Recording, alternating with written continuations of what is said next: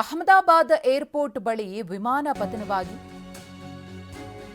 241 ಪ್ರಯಾಣಿಕರು ಸಜೀವ ದಹನವಾಗಿದ್ದಾರೆ. ಇನ್ನು ನಾಳೆ ಅಹಮದಾಬಾದ್ಗೆ ಪ್ರಧಾನಿ ಮೋದಿಯವರು ಭೇಟಿ ಕೊಡುವ ಸಾಧ್ಯತೆ ಇದೆ.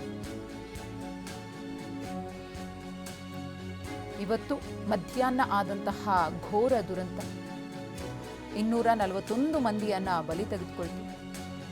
ಅದರ ಜೊತೆಗೆ ಈ ಏರ್ ಇಂಡಿಯಾ ವಿಮಾನ ಹಾಸ್ಟೆಲ್ಗೆ ಅಪ್ಪಳಿಸಿತ್ತು. ಅಲ್ಲೂ ಕೂಡ ಸುಮಾರು 20ಕ್ಕೂ ಅಧಿಕ ಮಂದಿ ಸಾವನ್ನಪ್ಪಿದ್ದಾರೆ.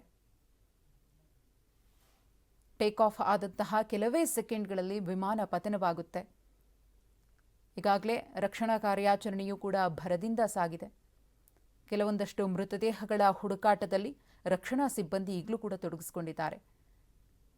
ಆಸ್ಪತ್ರೆಗಳಲ್ಲಿ ಗಾಯಾಳುಗಳು ಚಿಕಿತ್ಸೆಯನ್ನು ಪಡಿತಾ ಇದ್ದಾರೆ. ಇನ್ನು ಮತ್ತೊಂದು ಕಡೆ ಪ್ರಧಾನಿ ನರೇಂದ್ರ ಮೋದಿಯವರು ನಾಳೆ ಅಹಮದಾಬಾದ್ಗೆ ಭೇಟಿಯನ್ನು ಕೊಡುವ ಸಾಧ್ಯತೆ ಇದೆ. ಪ್ರಧಾನಿ ನರೇಂದ್ರ ಮೋದಿಯವರ ತವರು ರಾಜ್ಯ ಗುಜರಾತ್ನಲ್ಲಿ ಆದಂತಹ ದುರಂತ 241 ಮಂದಿ ಬೆಂಕಿಗಾಹುತಿಯಾಗಿದ್ದಾರೆ. ಗುರುತು ಸಿಗದಂತಹ ವಿಮಾನದಲ್ಲಿದ್ದವರ ಮೃತದೇಹಗಳ ಗುರುತು ಪತ್ತೆಗೋಸ್ಕರ ಡಿಎನ್ಎ ಪರೀಕ್ಷೆಗೆ ಮೊರೆ ಇಡಲಾಗಿದೆ.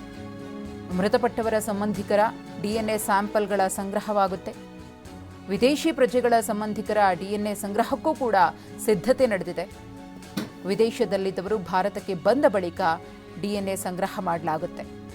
ನಂತರದಲ್ಲಿ ಪರೀಕ್ಷೆ ಮಾಡಿ ಗುರುತು ಪತ್ತೆ ಆದಮೇಲೆ ಸಂಬಂಧಿಕರಿಗೆ ಅವರ ಮೃತದೇಹಗಳನ್ನು ಹಸ್ತಾಂತರ ಮಾಡುವಂತಹ ಪ್ರಕ್ರಿಯೆಯೂ ಕೂಡ ನಡೆಯುತ್ತೆ. ಒಟ್ಟು 242 ಮಂದಿ ಈ ವಿಮಾನದಲ್ಲಿ ಸಂಪೂರ್ಣವಾಗಿ ಸುಟ್ಟು ಕರಕಲಾಗಿತ್ತು.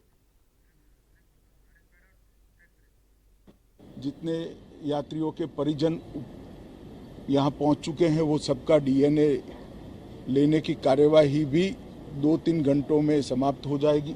विदेश में जिनके परिजन हैं उनको सूचना देने की कार्यवाही समाप्त हो चुकी है और जैसे ही पहुँचते हैं उनके भी डीएनए सैंपल लिए जाएंगे और मृतदेहों की पहचान के लिए गुजरात में ही लगभग 1000 के आसपास डीएनए टेस्ट करने पड़ेंगे.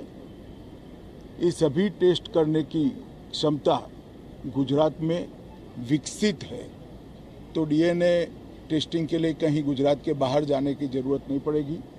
गुजरात की एफएसएल और नेशनल जितने यात्रियों के परिजन यहाँ पहुँच चुके हैं वो सबका डीएनए लेने की कार्यवाही भी 2-3 घंटों में समाप्त हो जाएगी. विदेश में